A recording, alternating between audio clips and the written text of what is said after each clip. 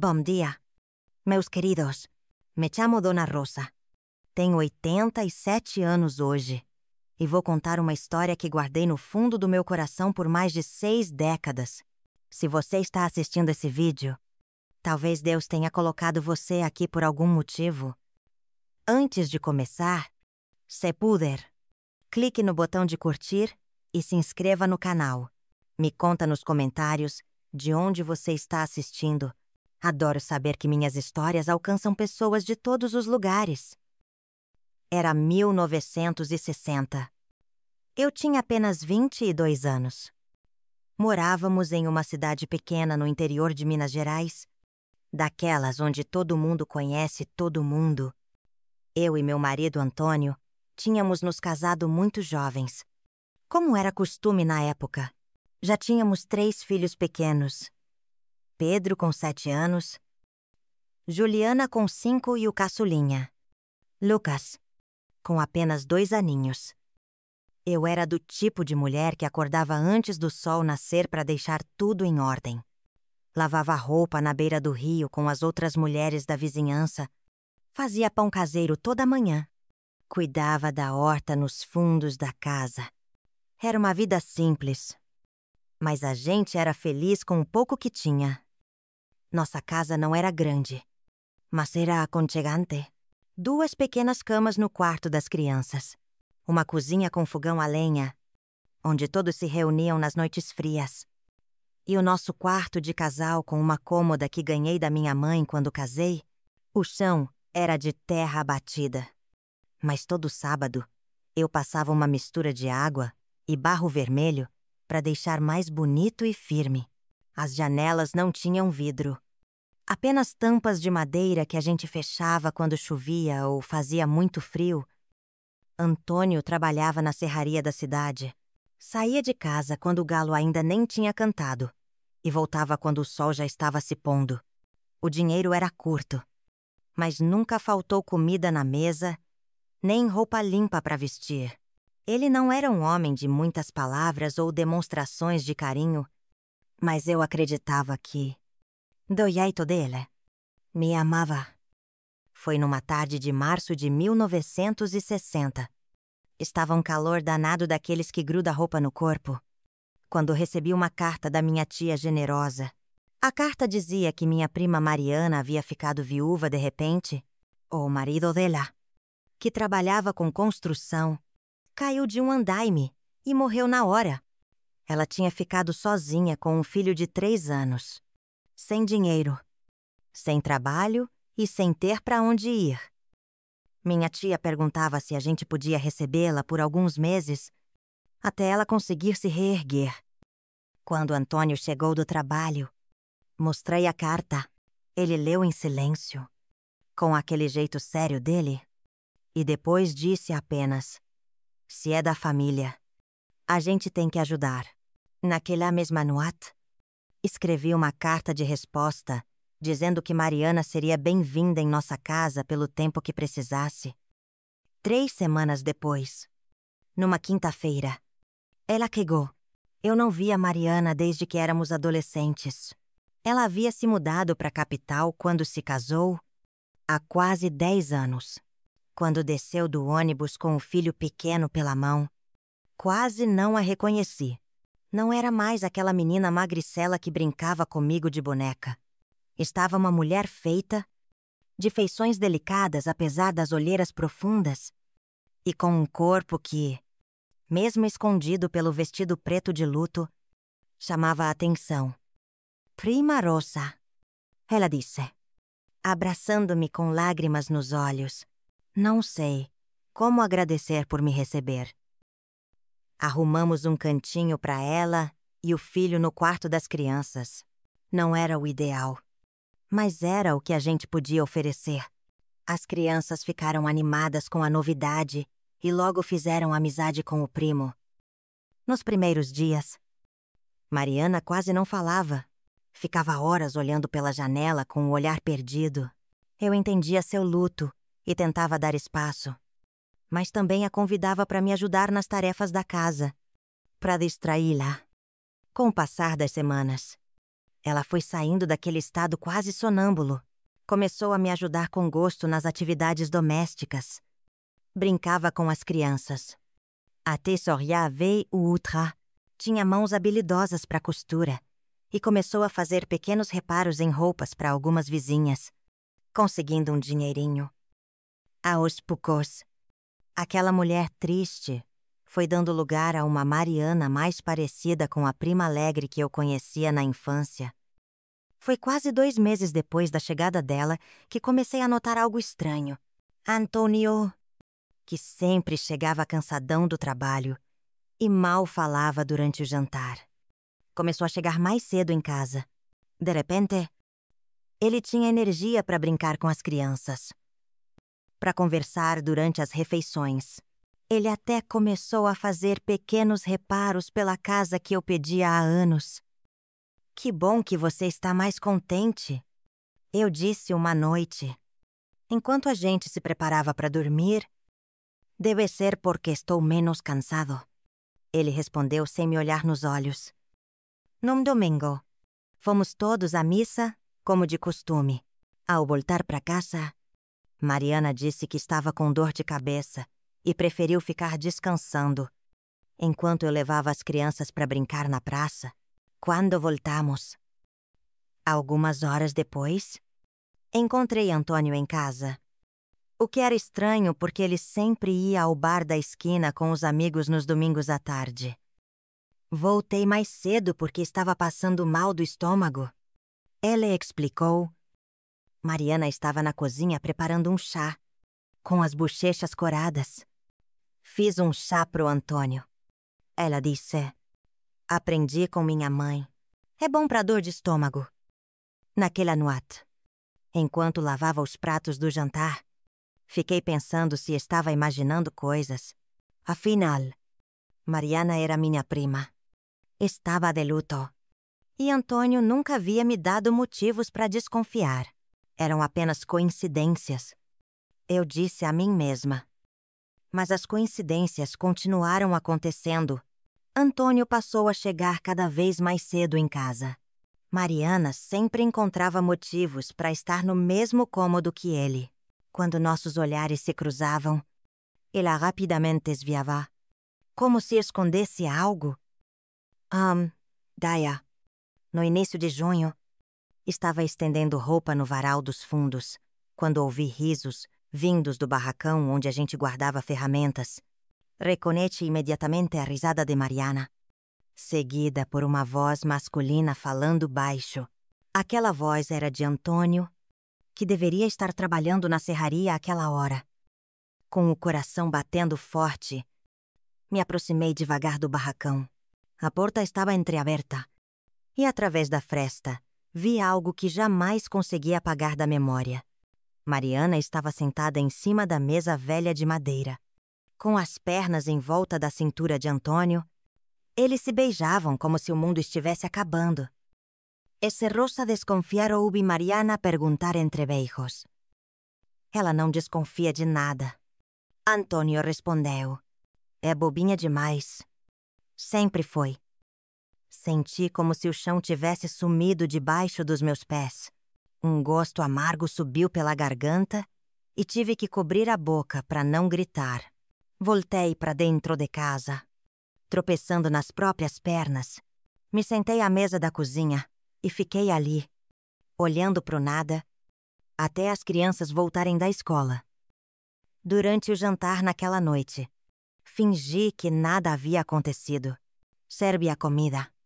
Respondi quando me perguntaram algo. Sorri, quando esperavam que eu sorrisse. Mas por dentro, eu estava em pedaços. Como podia minha própria prima, que a gente recebeu de braços abertos quando mais precisava, fazer isso comigo? Como podia meu marido, pai dos meus filhos, me trair assim, dentro da minha própria casa? Naquela noite, não consegui dormir, deitada ao lado de Antônio, que roncava tranquilamente. Planejei o que faria. Eu não tinha para onde ir. Não tinha dinheiro próprio. Não tinha profissão. Meus pais já haviam falecido E voltar para a casa dos parentes com 3 crianças pequenas seria um fardo grande demais para impor a alguém. Vou aguentar em silêncio. Decidi, pelo menos até descobrir o que fazer. Os dias seguintes foram uma tortura. Cada sorriso falso, cada bom dia educado era como uma facada. Eu observava os dois disfarçadamente, coletando provas do que já sabia. Os olhares, os encontros casuais na despensa, as desculpas para saírem em horários próximos. Era tudo tão óbvio agora que eu sabia. Como fui tão cega? Uma tarde, enquanto arrumava as roupas de Antônio na gaveta, encontrei um pequeno embrulho escondido entre suas meias. Era um lenço de seda. Algo muito caro para o nosso padrão de vida. Dentro havia um bilhete escrito com uma caligrafia delicada, que reconheci imediatamente como sendo de Mariana. Para que você sempre se lembre do nosso amor, mesmo quando não podemos estar juntos. Foi a confirmação final que eu não precisava. Dobrei cuidadosamente o lenço. Coloquei junto com o bilhete no mesmo lugar onde encontrei e fechei a gaveta. As lágrimas que tanto contive finalmente correram soltas pelo meu rosto, em silêncio para que ninguém ouvisse. Lucas, meu caçulinha, entrou no quarto me procurando e me viu chorando. Mamãe tá dodói? Ele perguntou com seus olhinhos inocentes. Sequei as lágrimas rapidamente e o abracei forte. Não. Meu amor, mamãe só estava com saudade do vovô e da vovó que estão no céu. Naquele momento, olhando para o meu filho pequeno, tomei uma decisão. Não podia continuar vivendo naquela mentira. Precisava confrontá-los. Mas tinha que ser esperta. Precisava de um plano. De garantias para mim e meus filhos. Passei o resto daquela semana observando e planejando. Descobri que eles se encontravam sempre às terças e quintas, quando Antônio saía mais cedo do trabalho, dizendo ao patrão que precisava levar sua mulher ao médico na cidade vizinha.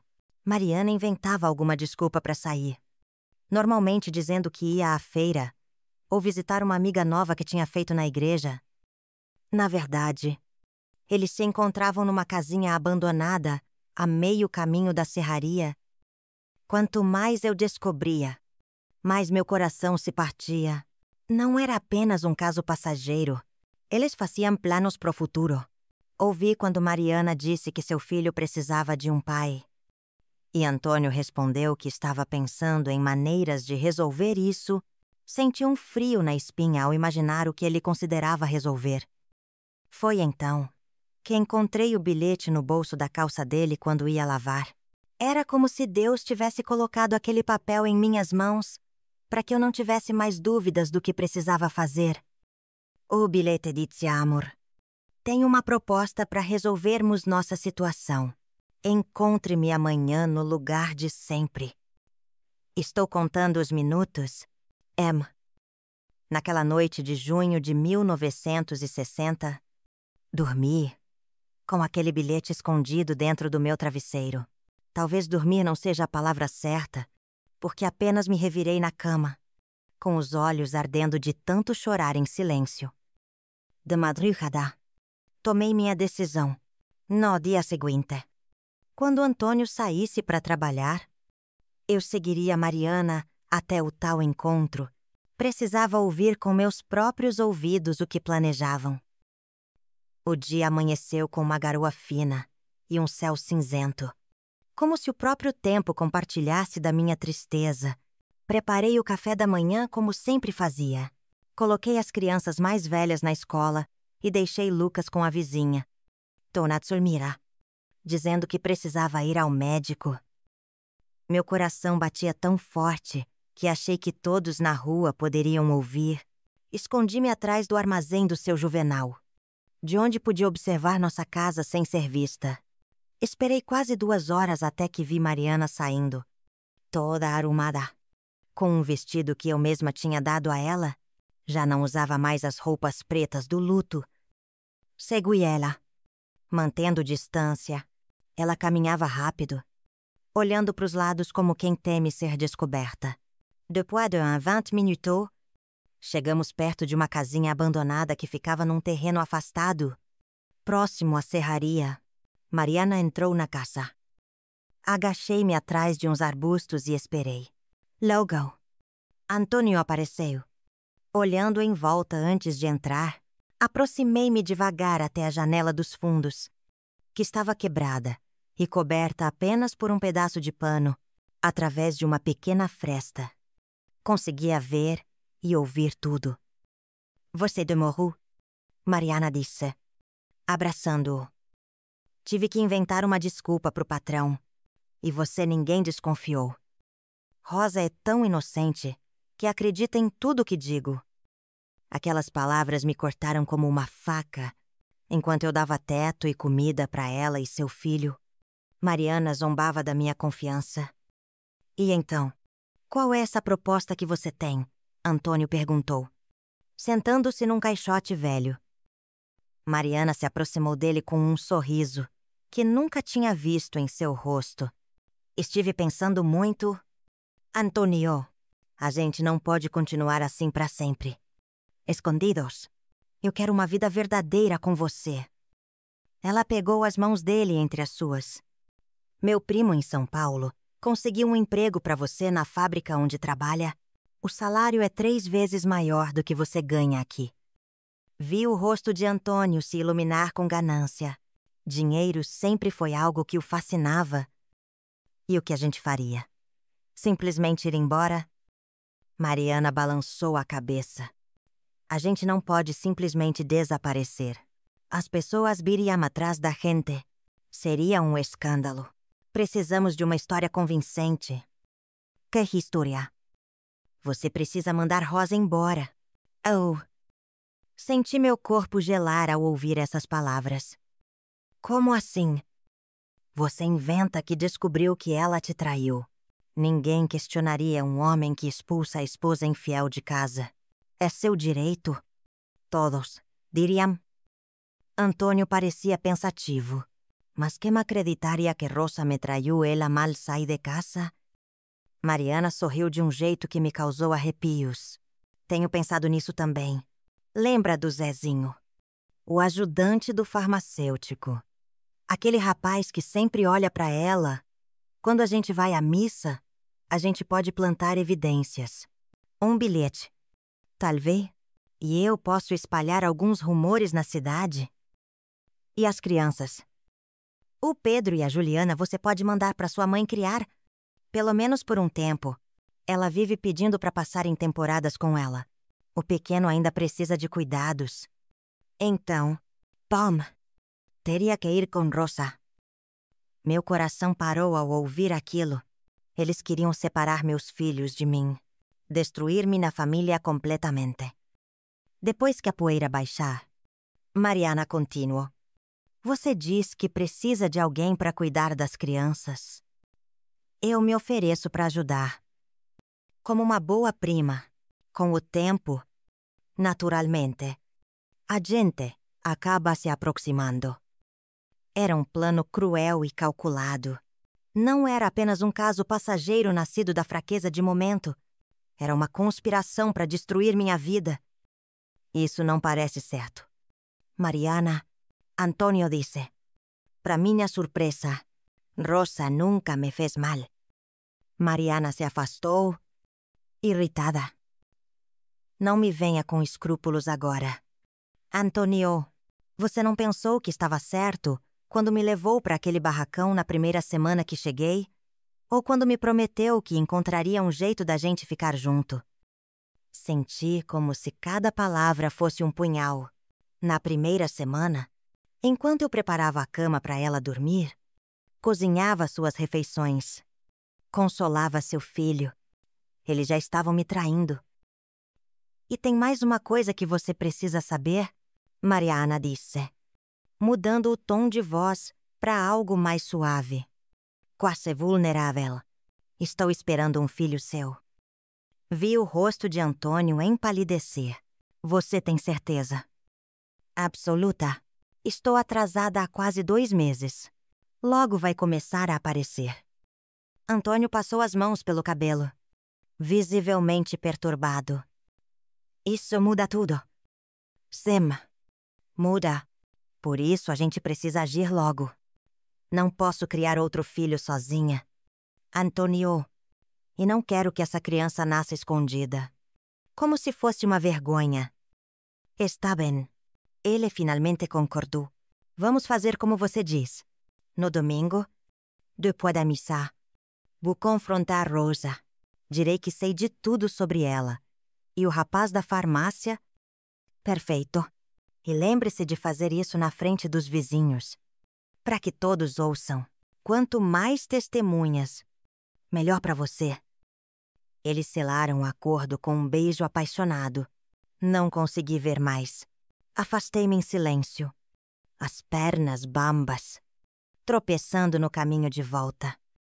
Corri até a casa de Dona Zulmira para buscar Lucas. Agradeci apressadamente e voltei para casa. Sentei-me à mesa da cozinha, com meu filho pequeno, brincando no chão aos meus pés. E chorei como nunca havia chorado antes. Não eram apenas lágrimas de tristeza, mas de raiva, de indignação. Como puderam planejar algo tão terrível?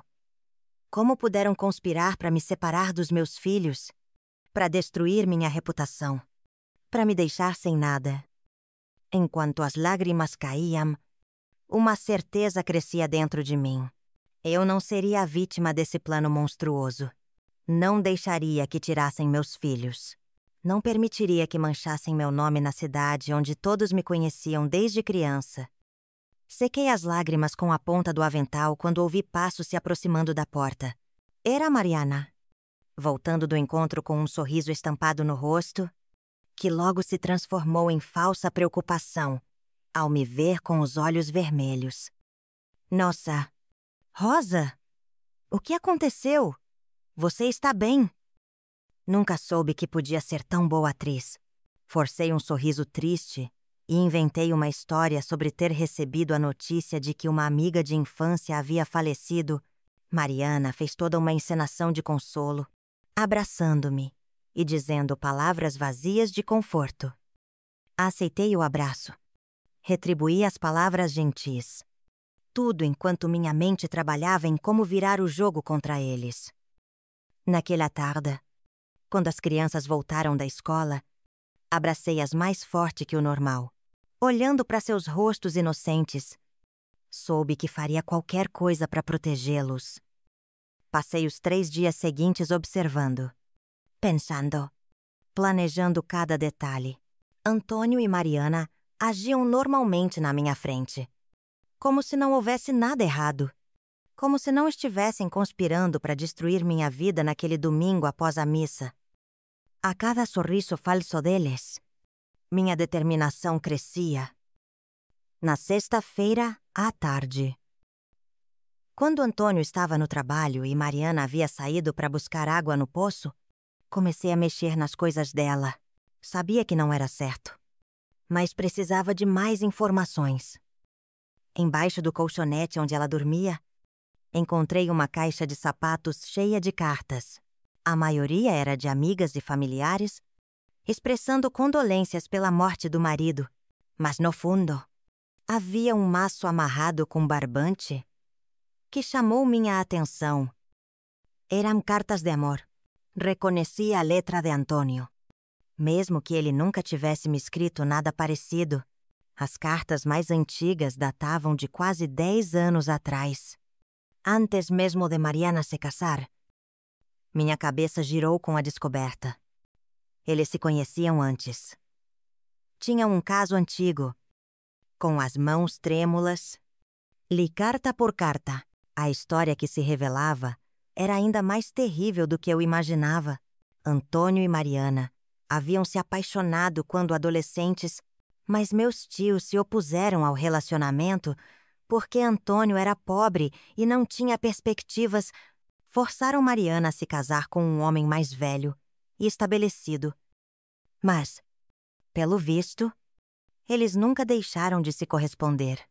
A última carta tinha sido escrita apenas dias antes da morte do marido de Mariana. Nela, Antônio dizia o quanto estava ansioso para que eles pudessem finalmente ficar juntos. Agora que eu tinha concordado em recebê-la em nossa casa, o choque foi tão grande que tive que me sentar no chão. Não era apenas um caso recente, nascido da oportunidade.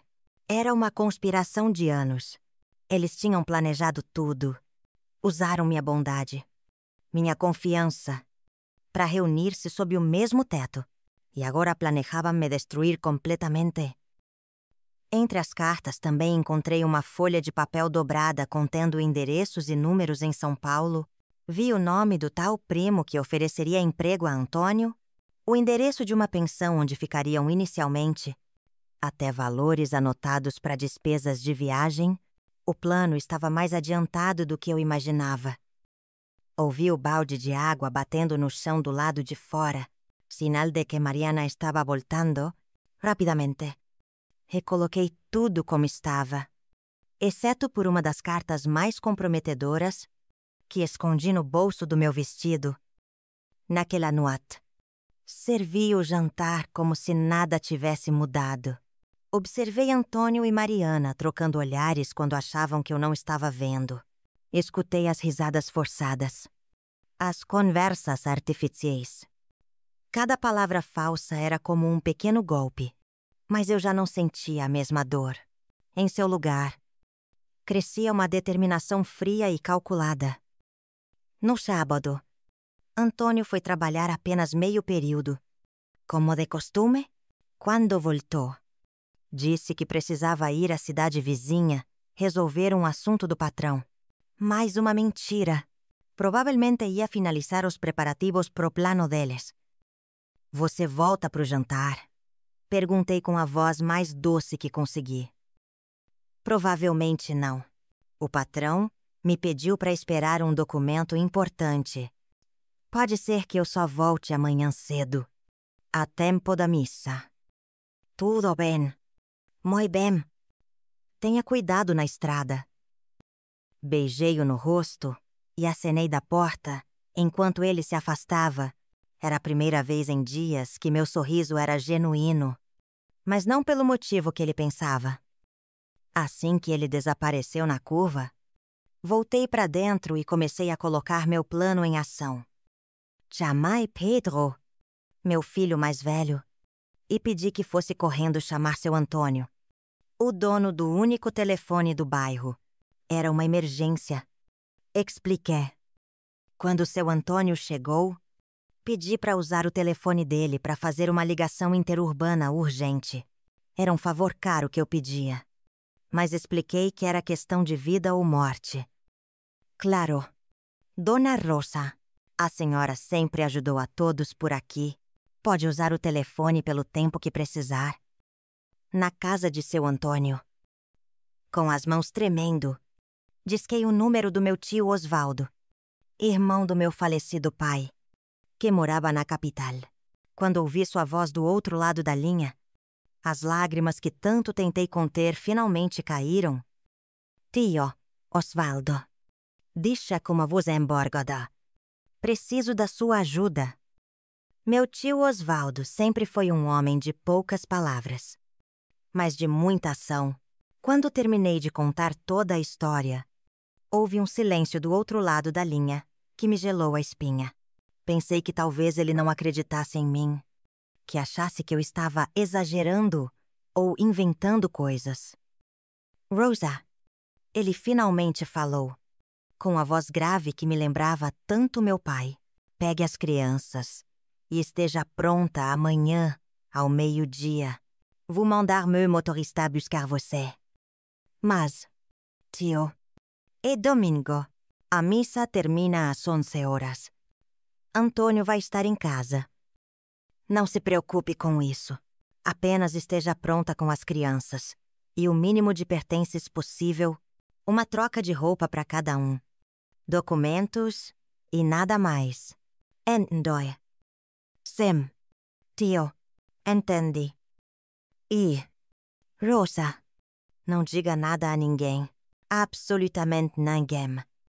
Quando voltei para casa, minha cabeça fervilhava com tantos pensamentos. Como sairia com 3 crianças sem que Mariana percebesse? Como reuniria nossos documentos sem levantar suspeitas? E o mais importante, como enfrentaria o domingo sabendo que Antônio planejava me humilhar publicamente após a missa? Entrei pela porta dos fundos e encontrei Mariana brincando com as crianças na sala. Ao me ver, ela sorriu com aquele sorriso falso que agora eu reconhecia tão bem. Onde estava? Rosa, fiquei preocupada. Fui até a casa da Dona Júlia. Mente. A filha dela está doente e pediram para eu fazer uma sopa. Você sempre ajudando todo mundo. Ela disse com falsa admiração. Como está, menina? Vai ficar bem. É só uma febre forte. Enquanto preparava o jantar, pensava em cada detalhe do que precisaria fazer. Teria que agir com cuidado para não despertar suspeitas. Decidi que naquela noite, após as crianças dormirem, começaria a separar o que levaríamos. Durante o jantar, Mariana mencionou várias vezes como estava ansiosa pela missa do dia seguinte. Que o padre falaria sobre um tema muito especial. Agora eu entendia o porquê da ansiedade. Não era pela homilia do padre, mas pelo espetáculo que Antônio planejava fazer na saída, me acusando de traição na frente de toda a comunidade. Pena que você não volta a tempo pra gente ir junto à missa. Ela disse, referindo-se a Antônio. Sim, uma pena. Respondi, servindo mais arroz em seu prato, mas ele disse que chega a tempo de assistir à celebração. Depois que as crianças adormeceram, com Mariana também já recolhida, comecei minha operação silenciosa. Abri a gaveta onde a gente guardava nossos documentos importantes e separei as certidões de nascimento dos meninos, minha certidão de casamento, os papéis da casa que estava no nome de Antônio, tudo que pudesse ser útil no futuro, tudo que provasse quem éramos. Enquanto remexia nos papéis, encontrei algo que não esperava, uma caderneta de poupança em meu nome. Com depósitos pequenos, mas regulares ao longo dos anos, era a poupança que minha mãe tinha me ensinado a fazer. Guardando as moedinhas que sobravam da feira, o dinheiro extra de quando vendia um bordado ou doce, Antônio nunca soube dessa caderneta. Era meu segredo, minha pequena independência. No fundo da gaveta, sob um forro de tecido que eu mesma tinha costurado, encontrei outra surpresa. Oh, broche de ouro que minha avó me dera quando completei 15 anos. Era a única joia de valor que possuía. E Antônio vivia dizendo que eu deveria vendê-la para ajudar nas despesas da casa. Sempre inventava uma desculpa para não fazê-lo. E com o tempo, ele se esqueceu da existência do broche. Essa descoberta me deu uma ideia. Fui até o quarto onde Mariana dormia com as crianças e, movendo-me com o cuidado de quem pisa em campo minado, abri sua mala com delicadeza. No fundo, entre algumas roupas dobradas, encontrei uma pequena caixa de madeira. Dentro dela, joias simples, mas em maior quantidade do que uma viúva em dificuldades financeiras deveria ter. Mais interessante ainda, encontrei um envelope contendo dinheiro. Era uma quantia considerável, suficiente para 2 passagens de ônibus para São Paulo e ainda sobrar para algumas semanas de hospedagem. Aquela não era a mala de uma mulher desamparada que precisava de ajuda da família. Era a mala de alguém que se preparava para fugir. Voltei para o meu quarto e escondi todos os documentos e a caderneta de poupança dentro do forro do meu único casaco bom. Deitei-me, mas o sono não veio. Fiquei olhando para o teto de tábuas, contando as manchas de umidade, pensando em como minha vida tinha se transformado em algo irreconhecível em tão pouco tempo. O domingo amanheceu ensolarado. Um daqueles dias perfeitos de junho, que parecia uma contradição com a tempestade que eu vivia por dentro. Levantei antes do sol nascer e preparei um café da manhã especial, bolo de fubá. café com leite, ovos mexidos. As crianças ficaram animadas com o tratamento diferenciado. É alguma data especial? Mãe perguntou Pedro, sempre atento. Sim? Meu filho. Respondi, acariciando seus cabelos. Hoje é um dia muito especial. Mariana apareceu na cozinha já arrumada para a missa, com um vestido azul. Claro que eu nunca tinha visto antes. Provavelmente comprado com o dinheiro que guardava secretamente. Nossa, Rosa, que café da manhã maravilhoso. Alguma ocasião especial? Apenas acordei nesse bom humor. Menti com um sorriso. Dia do Senhor. Não é mesmo? Depois do café, comecei a arrumar as crianças para a missa. Vesti-as com as melhores roupas. Penteei cuidadosamente seus cabelos. Para Pedro e Juliana. Disse que iríamos visitar um parente depois da igreja. Lucas era pequeno demais para entender ou fazer perguntas. Vocês não precisam levar nada. Expliquei quando Pedro perguntou se deveria pegar algum brinquedo. A gente vai voltar no mesmo dia. Mariana nos observava com curiosidade, mas não fez perguntas. Provavelmente estava ocupada demais, pensando no espetáculo que aconteceria mais tarde. Na humilhação pública, que ela e Antônio tinham planejado para mim. Quando faltava cerca de meia hora para a missa começar, ouvi o barulho familiar da carroça de seu Benedito, que sempre passava em frente à nossa casa, a caminho da igreja. Era um viúvo de idade, respeitado por todos na comunidade, que oferecia carona para quem encontrasse no caminho.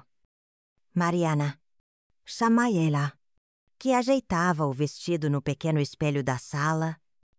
Por que você não vai na frente com seu Benedito? Vou terminar de arrumar o Lucas e já vamos.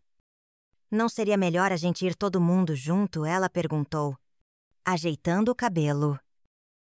É que ainda preciso dar banho no Lucas. Ele estava brincando na terra e se sujou todo. Não quero que você se atrase por nossa causa. Ela hesitou por um momento. Depois sorriu. Está bem. A gente se vê na igreja. Então. Do portão. Acenei enquanto seu Benedito se afastava levando Mariana.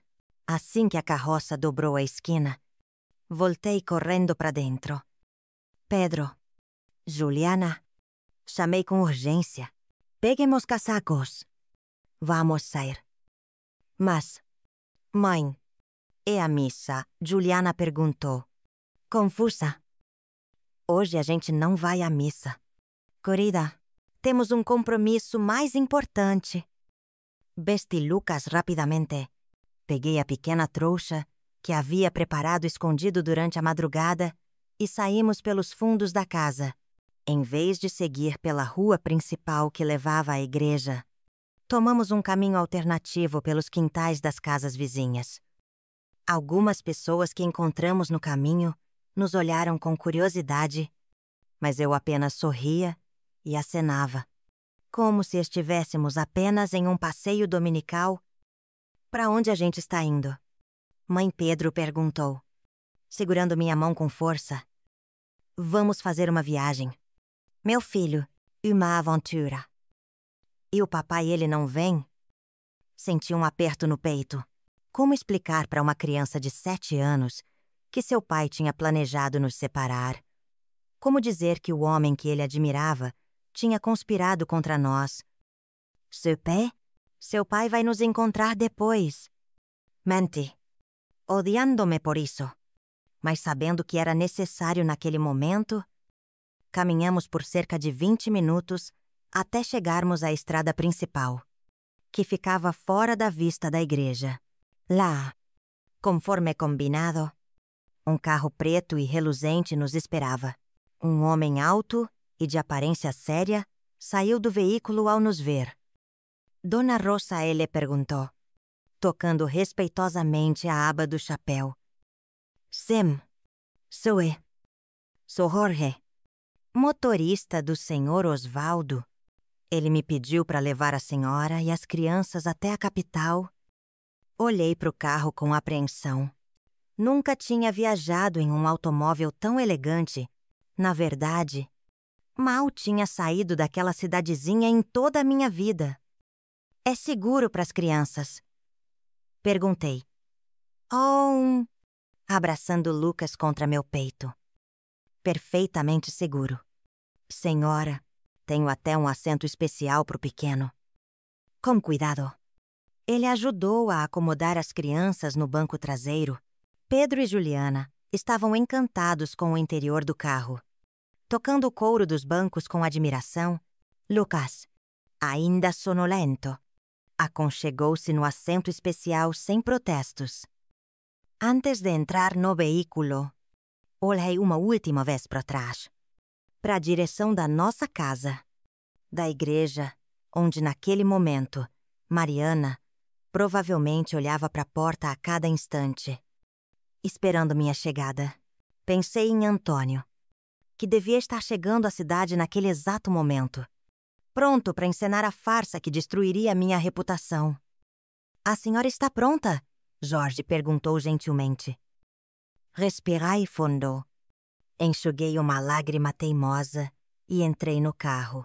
Sam, estou pronta. Durante as primeiras horas da viagem, as crianças alternavam entre a excitação de estar em um automóvel de verdade e a sonolência pelo balanço da estrada. Eu observava a paisagem passar pela janela. As plantações de café, os pastos com gado, as pequenas cidades que surgiam e desapareciam rapidamente. Cada quilômetro nos afastava da vida que conhecíamos, da traição que tinha destruído nosso lar. Por quanto tempo a gente vai viajar? Perguntou Juliana.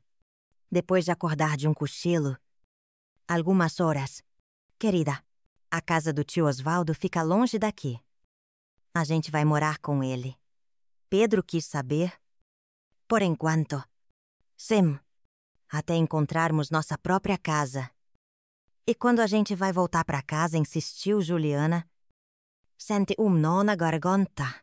Como explicar que nunca mais voltaríamos? Que a casa que eles conheciam como lar já não existia para nós. Não sei. Minha filha, talvez demore um pouco. O resto da viagem transcorreu em relativo silêncio. As crianças, cansadas, acabaram adormecendo novamente. E fiquei acordada, vigilante, como se temesse que a qualquer momento Antônio pudesse aparecer no meio da estrada para nos deter. Quando finalmente chegamos à capital, já era noite. As luzes da cidade grande, os edifícios altos, o movimento de pessoas e veículos, tudo parecia saído de outro mundo para mim. Acostumada com a quietude do interior, a casa de meu tio Osvaldo era uma mansão em comparação com nossa humilde moradia. Ficava em um bairro elegante, com um jardim bem cuidado e uma cerca alta que escondia a propriedade da vista dos passantes. Quando o carro parou diante do portão, meu tio já nos esperava na entrada. Alto, de cabelos grisalhos e postura ereta, ele parecia ainda mais imponente do que eu lembrava. Rosa, e ele disse, abrindo a porta do carro para mim. Não havia abraço, não havia carícias. Meu tio nunca foi homem de demonstrações físicas de afeto, mas havia algo em seus olhos, uma mistura de compaixão e indignação, que me dizia mais do que palavras poderiam expressar. Obrigada por nos receber, tio. Esta sempre será sua casa também. Rosa, super, meu irmão, gostaria que eu cuidasse de vocês neste momento. As crianças, acordadas pelo movimento, olhavam ao redor com olhos arregalados de espanto. Esta casa é sua. Tio Pedro perguntou com admiração. Meu tio permitiu-se um raro sorriso. Sim, rapazzinho. E agora é sua casa também, pelo tempo que precisarem. Uma governanta de meia-idade nos conduziu até os quartos preparados para nós. As crianças ficaram em um aposento grande, com 3 camas individuais e uma estante cheia de livros e brinquedos.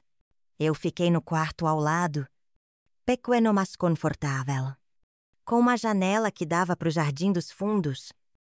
Descansa-me, meu tio disse. Amanhã conversaremos sobre o futuro. Naquela primeira noite, longe de tudo que conhecíamos, deitei com as 3 crianças na mesma cama. Nenhum de nós estava acostumado com a separação e eles precisavam do conforto da minha presença tanto quanto eu precisava senti-los perto de mim. Mãe, Pedro sussurrou quando pensou que os irmãos já dormiam. O papai fez algo errado? Não foi. Por isso a gente está aqui. Olhei para o meu filho mais velho, surpresa com sua percepção. Aos 7 anos, ele já entendia mais do que eu imaginava. Por que você acha isso? Meu filho, porque você está triste. E porque a gente saiu escondido, sem dizer nada a ninguém. Como na história do Moisés que a professora da escola dominical contou. Sorri com a comparação. Sam, meu filho, super, seu pai fez escolhas que nos machucaram. Mas a gente vai ficar bem. Prometo. Ela assentiu, como se já soubesse disso o tempo todo, e fechou os olhos, aconchegando-se mais contra mim. Naquela noite, pela primeira vez em muitos dias, dormi profundamente, livre do medo de ser traída em meu próprio teto, livre da angústia de ver meus filhos separados de mim. Não sabia o que o futuro reservava, mas sabia que, pelo menos por enquanto, estávamos seguros. Na manhã seguinte, acordei com os raios de sol entrando pela janela. Por um instante, fiquei confusa. O quarto era diferente. A cama macia demais. O silêncio incomum. Então, tudo voltou. A traição. A fuga. A casa do meu tio. Olhei para meus filhos, ainda adormecidos. Seus rostinhos serenos, alheios à tempestade que havia virado nossas vidas de cabeça para baixo. Levantei-me sem fazer barulho e fui até a janela. O jardim da casa do meu tio era um espetáculo de cores e aromas. Rosas, hortênsias, jasmins. Tão diferente do nosso pequeno quintal de terra batida, onde eu cultivava algumas ervas e um pé de manjericão. De repente, fui tomada por uma saudade que não esperava sentir, não do Antônio, não da vida que tivemos juntos, mas da minha independência, por mais modesta que fosse. Naquela casa humilde, eu era dona. Eu decidia o que plantar, o que cozinhar, como criar meus filhos. Ali, naquela mansão, eu era apenas a sobrinha desamparada. Meus pensamentos foram interrompidos por uma leve batida na porta. Era a dona Eulália, a governanta, trazendo uma bandeja com café da manhã. Bom dia, Dona Rosa. O senhor Osvaldo pediu para servir o café no quarto, achando que a senhora e as crianças estariam cansados da viagem. Agradeci com um sorriso tímido. Aquele tipo de tratamento, ser servida, ter alguém trazendo comida para mim, era completamente estranho para mim. As crianças acordaram com o aroma do café fresco e dos pãezinhos quentes. Logo estavam sentados na cama, devorando o café da manhã com entusiasmo. Mãe, olha, tem geleia de morango. De verdade, exclamou Juliana, seus olhinhos brilhando. Em casa, geleia era um luxo que raramente tínhamos. Depois do café, fomos encontrar meu tio no escritório. Era um cômodo imponente, com estantes cheias de livros do chão ao teto. Uma escrivaninha enorme de madeira escura e uma janela ampla que dava para a rua. Ele estava sentado atrás da escrivaninha, lendo alguns papéis. Sentem-se, Ele disse, indicando as cadeiras à nossa frente. Rosa, precisamos conversar sobre o que aconteceu e o que vamos fazer agora. As crianças foram levadas por Dona Eulália para conhecer o jardim enquanto conversávamos. Sentei-me diante do meu tio, as mãos tremendo ligeiramente. Antes de mais nada, ele começou.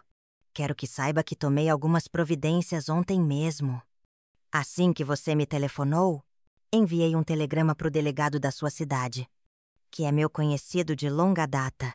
Expliquei a situação e pedi que ele ficasse de olho em Antônio. E nessa mulher?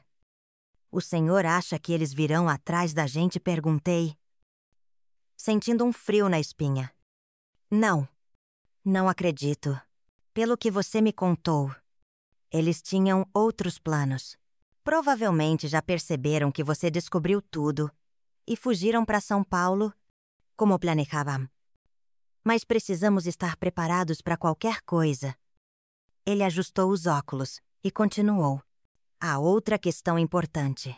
Seu casamento, Antônio planejava acusá-la de adultério para justificar a separação. Precisamos nos antecipar. Como assim? Rosa, você diretor. Precisamos anular seu casamento antes que ele tente algo contra você. Tenho um amigo advogado que pode cuidar disso. Com as provas que você tem. As cartas. A testemunha que ouviu a confissão dele sobre o caso com sua prima. Podemos provar que houve adultério da parte dele. Anular meu casamento. As palavras soaram estranhas, quase irreais. Apesar de tudo que Antônio havia feito, uma parte de mim ainda se agarrava à ideia do até que a morte nos separe que havíamos prometido diante do altar. É necessário. Rosa, meu tio insistiu, como se lesse meus pensamentos. Não apenas para sua proteção, mas para garantir que você tenha direito à guarda das crianças. Se ele tentar usar o abandono do lar contra você, estaremos preparados. Concordei com um aceno, engolindo o nó que se formava em minha garganta. Agora, temos que pensar no seu futuro. Você e as crianças podem ficar aqui pelo tempo que for necessário, mas imagino que você queira sua independência. Sim, respondi sem hesitar. Não quero ser um fardo. Tio, quero trabalhar, sustentar meus filhos, dar a eles uma vida decente. E o que você sabe fazer? Rosa, a pergunta, simples e direta, me pegou de surpresa. O que eu sabia fazer? Havia sido esposa e mãe desde os 15 anos. Nunca trabalhei fora. Nunca estudei além do primário. Sei cozinhar. Comecei. Insegura. Sei costurar. Bordar. Cuidar de horta. Fazer doces e conservas. Meu tio acenou. Pensativo, habilidades domésticas são importantes, mas difíceis de transformar em profissão, especialmente para uma mulher sozinha com 3 filhos pequenos. Senti o desânimo crescer dentro de mim. Era verdade. O que poderia fazer para sustentar minha família na cidade grande? Mas há uma possibilidade. Ela continuou. Minha esposa, sua tia Celeste, tem uma pequena loja de artigos pro lar no centro da cidade. Ela sempre reclama que não encontra funcionárias de confiança. Você poderia começar trabalhando lá, aprendendo o negócio. Uma loja, perguntei surpresa. A ideia de trabalhar em um comércio, lidar com clientes, manejar dinheiro, parece assustadora para alguém que mal saía de casa. Sam, começa como vendedora. Aprende como funciona. E quem sabe? No futuro. Ele deixou a frase no ar, mas eu entendi o que queria dizer. No futuro, eu poderia ter meu próprio negócio. E as crianças? Quem cuidará delas enquanto trabalho? Conseguiremos uma vaga para os mais velhos na escola perto daqui. Pro pequeno. Temos Dona Eulália, que já criou meus filhos e agora que estão crescidos, tem tempo disponível. Foi assim que começou minha nova vida. Na semana seguinte, depois de comprar roupas adequadas para mim e para as crianças, com o dinheiro que meu tio insistiu em adiantar como salário, comecei a trabalhar na loja da minha tia. Armarinho Santa Celeste. Dizia a placa na fachada. Era uma loja pequena, mas bem abastecida, com linhas, botões, rendas, fitas, tudo o que uma costureira poderia precisar, além de utensílios domésticos como panelas, toalhas de mesa e outros artigos. Minha tia Celeste, uma mulher elegante e enérgica mesmo aos 60 anos, me recebeu com um abraço caloroso no primeiro dia. Rosa, minha querida, Osvaldo me contou tudo. Que situação terrível, mas você fez o certo. Uma mulher tem que se valorizar. Ela me mostrou a loja, explicou o funcionamento, onde cada coisa ficava, como atender os clientes, como registrar as vendas no livro caixa. Era muita informação de uma vez e me senti completamente perdida. Não se preocupe, ela disse, notando minha expressão assustada. Ninguém nasce sabendo. Você vai aprender rápido. Aprende. Os primeiros dias foram difíceis. Eu tremia quando tinha que atender um cliente sozinha. Gaguejava ao dizer os preços. Me confundia com os trocos. Mas aos poucos, fui pegando jeito. Descobri que tinha facilidade para lembrar onde cada produto estava e que meu conhecimento de costura era útil para aconselhar as clientes. Uma semana se transformou em um mês em 3. As crianças se adaptaram bem à nova vida. Pedro e Juliana adoravam a escola.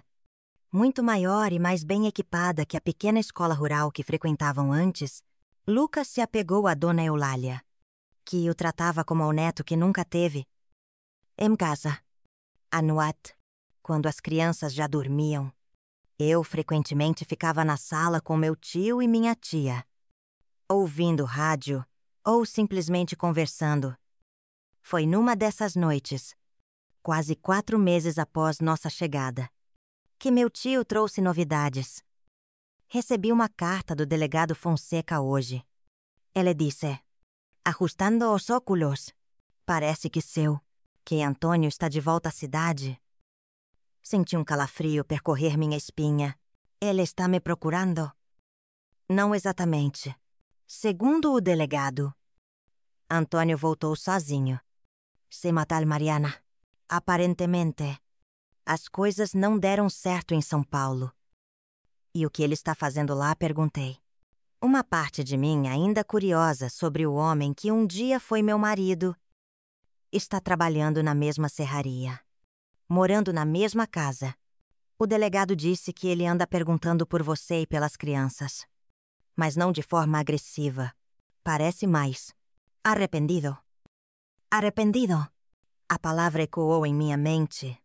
Será que era possível, depois de tudo que ele havia planejado, depois de toda a traição? Não importa. Minha tia interveio, percebendo minha hesitação. O que ele sente ou deixa de sentir não é mais problema seu. Rosa, você tem sua vida agora. Suas crianças, seu trabalho. Ela estava certa. E claro, nos meses seguintes, procurei afastar Antônio dos meus pensamentos. Concentrei-me no trabalho, nas crianças, na reconstrução da nossa vida. Minha tia, vendo meu interesse e dedicação, começou a me ensinar mais sobre o negócio, como fazer pedidos aos fornecedores, como calcular margens de lucro, como gerenciar o estoque. O ano se passou. O processo de anulação do casamento foi finalizado, oficializando o que já era real. Eu era uma mulher livre, sozinha, mas dona do meu destino. As crianças cresciam saudáveis e felizes, adaptadas à vida na cidade grande. Em uma tarde de sábado, Quando a loja estava particularmente movimentada, atendi uma senhora elegante, que procurava rendas finas para um vestido de batizado. A senhora tem um olho bom para rendas. Ela comentou, enquanto eu mostrava as opções. Entende mesmo do assunto. Aprendi a costurar com minha mãe. Expliquei. Orgulhosa do elogio. Sabe, estou procurando uma costureira habilidosa para trabalhar no meu ateliê. Fazemos vestidos para ocasiões especiais, noivas, debutantes, batizados. Pagamos bem. A senhora não conheceria alguém? Olhei para ela. Surpresa. Era uma oportunidade inesperada. Na verdade, disse, reunindo coragem. Eu mesma costuro. Fazia todos os vestidos da minha família. A senhora, Dona Eleonora, como vinha saber? Pediu que eu fizesse uma amostra do meu trabalho. Passei o domingo inteiro costurando um pequeno enxoval de batizado com as rendas mais finas que minha tia permitiu que eu levasse para casa.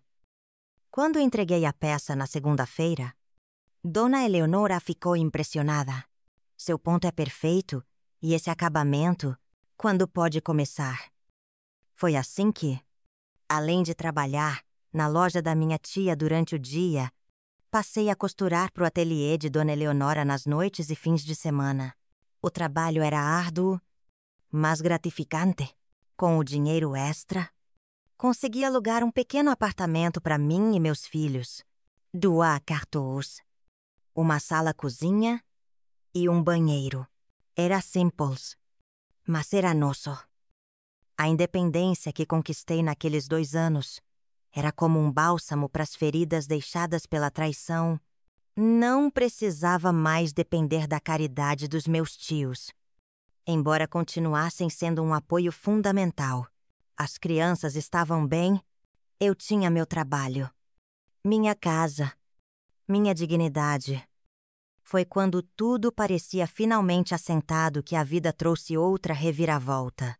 Em um domingo de março de 1963, quase 3 anos após nossa fuga, estávamos voltando da missa quando notei um homem parado na esquina, olhando fixamente para nós. Mesmo à distância, reconheci imediatamente. Era Antônio. Instintivamente, puxei as crianças para mais perto de mim. Pedro, agora com 10 anos, reconheceu o pai na mesma hora. Papai, ele murmurou. Incerto. Antônio se aproximou lentamente, como se temesse nossa reação. Estava envelhecido além dos seus anos, mas magro, com profundas linhas de expressão marcando seu rosto. Parou a alguns passos de distância, sem ousar se aproximar mais. Rosa, ele disse, com uma voz emborgada. Posso falar com você? Olhei para meus filhos. Juliana estava confusa. Lucas claramente não o reconhecia. Crianças, vão na frente para casa, disse, entregando a chave a Pedro. É só atravessar a rua e subir. Eu já vou. Mas mãe? Pedro começou a protestar. Vai ficar tudo bem. Assegurei. Preciso conversar com seu pai. Quando as crianças se afastaram, virei-me para Antônio, cruzando os braços defensivamente. Como me encontrou? Não foi fácil. Ele respondeu. Passando a mão pelo cabelo grisalho, fui a várias igrejas da região. Todos os domingos. Sabia que você nunca deixaria de ir à missa. O que você quer? Antônio perguntei, mantendo a voz firme. Apesar do turbilhão de emoções dentro de mim, quero pedir perdão. Ele disse, olhando diretamente nos meus olhos. Sei que não mereço. Que o que fiz foi imperdoável. Mas imperdoável é pouco. Interrompe, sentindo a raiva que pensei ter superado ressurgir. Você e Mariana planejaram destruir minha vida, separar-me dos meus filhos, manchar meu nome. Isso vai além de uma simples traição. Oisai, ele admitiu, baixando a cabeça. Não há desculpa para o que fizemos. Mas preciso que você saiba o que aconteceu depois.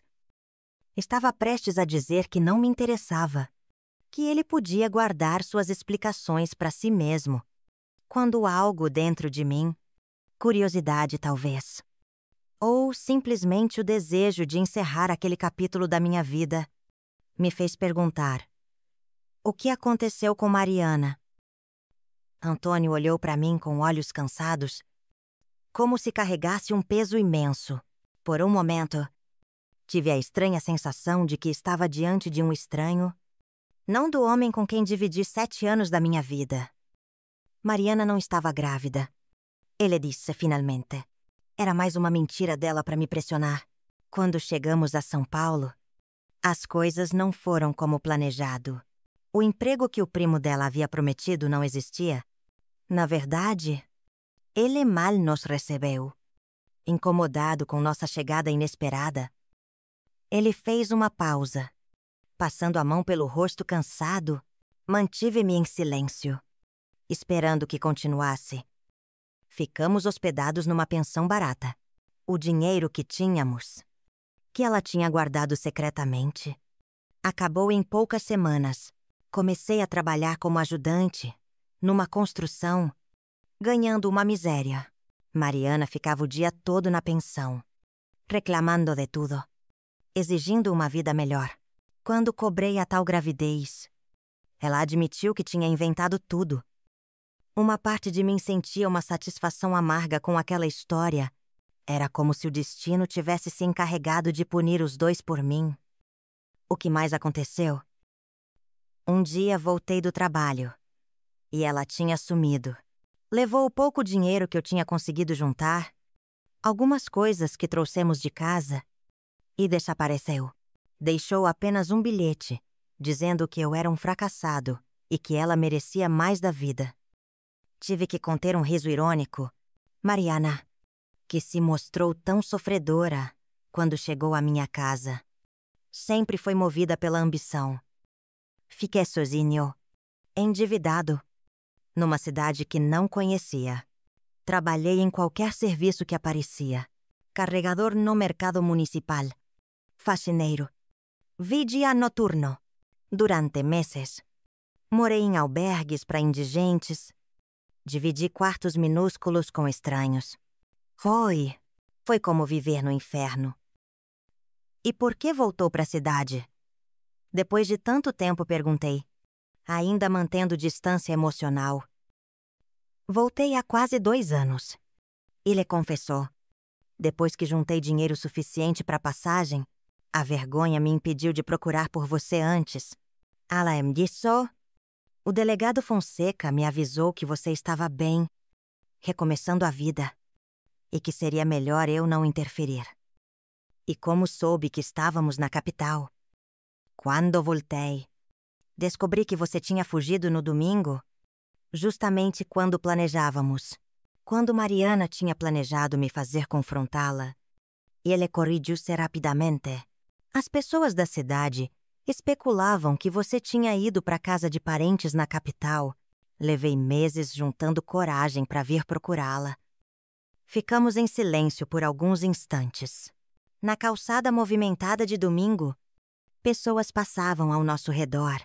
Famílias voltando da missa. Crianças correndo, todos alheios ao drama que se desenrolava ali. Rosa, ele continuou. Sei que não mereço perdão. Nem estou pedindo isso. Só queria que você soubesse que me arrependo profundamente de tudo. Do mal que causei a você, às crianças. De ter sido tão fraco. Olhei para ele, tentando sentir ódio, raiva, qualquer emoção negativa que justificasse os anos de dor. Mas o que senti foi apenas uma imensa indiferença. Antônio não significava mais nada para mim. Nem ódio, nem amor. Era apenas uma página virada da minha vida. Oh, que você quer agora? Antônio. Por que me procurou depois de tanto tempo? Queria ver as crianças. Saber como estão. Se é possível. Se você permitir. Talvez visitá-las de vez em quando. Pensei em meus filhos esperando no apartamento. Pedro, que ainda perguntava pelo pai ocasionalmente. Juliana, que estava começando a esquecer como ele era. Lucas, que não tinha nenhuma lembrança do pai.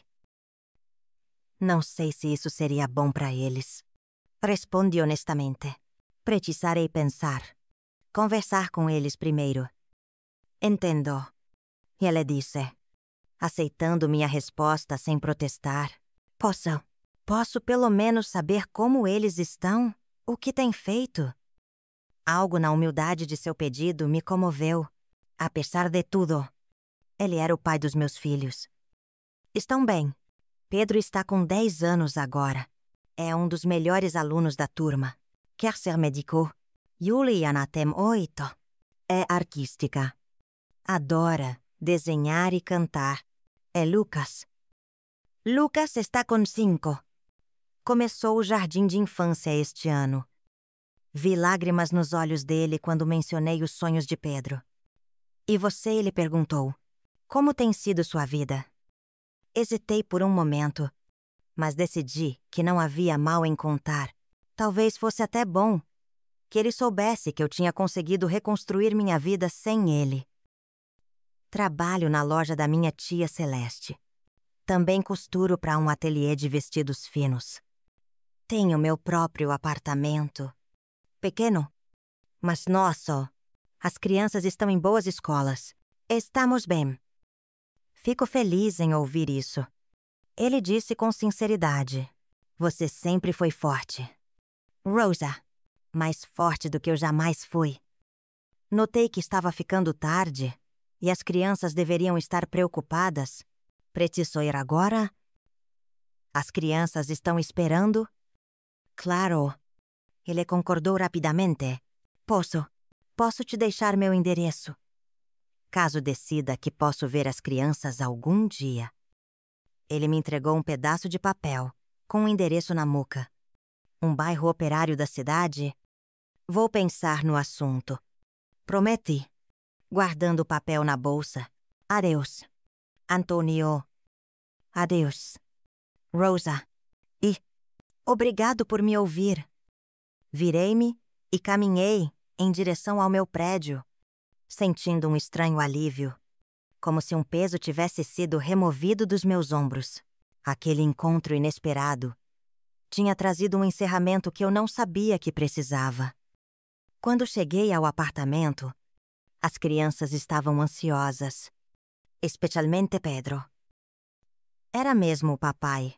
Ele perguntou assim que fechei a porta. Sam, respondi honestamente. Era seu pai. Ele vai voltar para morar com a gente. Juliana quis saber. Seus olhinhos curiosos. Não. Querida, seu pai e eu não estamos mais juntos. Vocês sabem disso. Mas a gente pode ver ele de novo, insistiu Pedro. Talvez. Vamos conversar sobre isso outro dia. Está bem. Agora, vamos almoçar. Nos dias que se seguiram, pensei muito no encontro com o Antônio. Conversei com minha tia Celeste, que foi categórica. Ele não merece nem olhar para a cara dessas crianças depois do que fez. Mas também falei com meu tio Osvaldo. Sempre mais ponderado. É uma decisão difícil. Rosa, por um lado, ele é o pai deles. Por outro, abandonou a família da pior maneira possível. Você precisa pensar no que é melhor para as crianças agora. Não no passado. 2 semanas depois do encontro, tomei minha decisão. Escrevi uma carta a Antônio, estabelecendo condições claras. Ele poderia ver as crianças uma vez por mês, apenas em lugares públicos, como o parque, e sempre na minha presença. Não poderia fazer promessas que não cumpriria, nem mencionar o passado para elas. Acima de tudo, não poderia aparecer e desaparecer da vida deles como bem entendesse. Se começasse as visitas, teria que ser consistente. Para minha surpresa, ele aceitou todas as condições sem questionar. No primeiro domingo do mês seguinte, encontramos-nos no Parque da Luz. O reencontro foi estranho, carregado de emoções confusas. Pedro estava animado, Juliana tímida, e Lucas desconfiado daquele estranho que diziam ser seu pai. Nos meses seguintes, estabeleceu-se uma rotina. Antônio aparecia pontualmente, sempre trazendo pequenos presentes para as crianças. Nada extravagante, apenas balas. Um carrinho de madeira, que ele mesmo fazia. Um caderno para os desenhos de Juliana. Percebi que ele realmente estava se esforçando para reconquistar um lugar na vida dos filhos. Durante essas visitas, mantínhamos uma distância respeitosa um do outro. Ele nunca tentou reatar nosso relacionamento ou sequer mencionou nosso passado. Às vezes, quando as crianças estavam entretidas brincando, conversávamos sobre assuntos neutros, o tempo, as notícias da cidade, o progresso das crianças na escola. Foi durante uma dessas conversas casuais, quase 6 meses após o primeiro reencontro, que Antônio me contou sobre Mariana. Sube notícias dela, ele disse. Enquanto observávamos as crianças no carrossel do parque, está em Campinas, casada com um comerciante bem de vida. Como você soube? Um conhecido a viu por lá. Disse que ela está irreconhecível. Cabelo tingido de loiro, roupa cara, fingindo ser de família tradicional. Aparentemente, o marido não sabe nada sobre seu passado. Estranhamente, não senti nenhuma raiva ao ouvir sobre Mariana. O tempo havia curado aquela ferida específica. Ela fez outras vítimas depois de você, perguntei. Mais por curiosidade que por qualquer outro motivo. Pelo que soube, você foi a única prima que ela enganou dessa forma. Mas teve outros homens antes de encontrar o atual marido? E você acha que ela vai continuar com esse jogo de enganação? Antônio suspirou, olhando para o horizonte. Pessoas como Mariana nunca mudam realmente, mas não é mais problema meu. Nem seu. Concordei silenciosamente. Mariana pertencia ao passado. Um passado que, ironicamente, havia me empurrado para um futuro melhor do que eu poderia ter imaginado. O tempo continuou passando. 1 ano se transformou em 2. 2 em 5. Meu trabalho no ateliê de Dona Eleonora prosperou tanto que ela me ofereceu sociedade no negócio, com a ajuda financeira da minha tia Celeste. Aceitei a proposta. Ateliê Eleonora e Rosa tornou-se conhecido por seus vestidos elegantes e acabamento impecável. Comecei a criar minhas próprias peças, desenvolvendo um estilo que misturava a simplicidade elegante que aprendi com minha mãe e as tendências da moda que Dona Eleonora me ensinou. As crianças cresciam saudáveis e felizes. Pedro, determinado como sempre, conseguiu uma bolsa de estudos no melhor colégio da cidade, confirmando seu desejo de se tornar médico. Juliana revelou-se uma artista talentosa, ganhando concursos de pintura na escola. Lucas, o Játula, era um menino doce e tranquilo, sempre com um livro nas mãos. Antônio manteve sua palavra, visitando as crianças regularmente.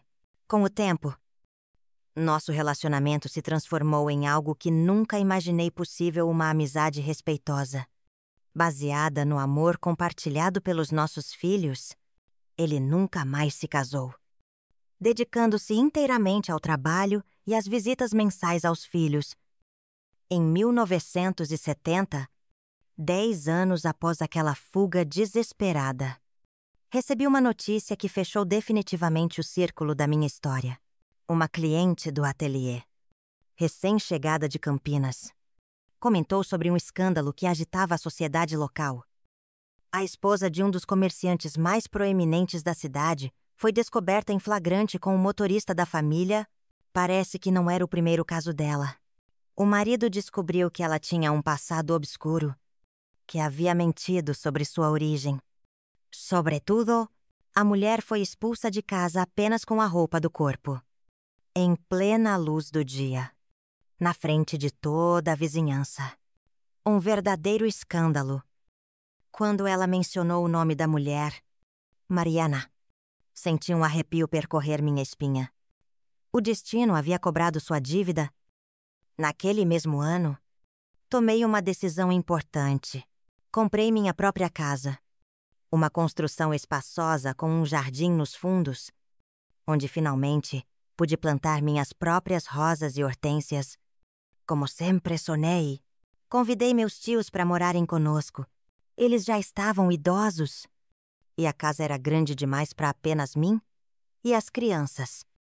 Numa tarde de domingo, enquanto tomávamos café na varanda, observando as crianças, agora adolescentes, brincarem no jardim, minha tia Celeste comentou: "Sabe, Rosa, às vezes penso que aquela traição foi a melhor coisa que aconteceu na sua vida."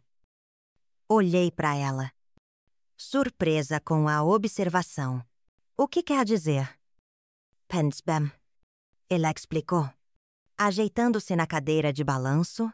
"Se aquela mulher não tivesse aparecido, se Antônio não tivesse te traído daquela forma terrível, você provavelmente ainda estaria naquela cidadezinha, vivendo uma vida pequena, sem conhecer seu próprio potencial. Adore te troussater aqui." Te forçou a descobrir sua força.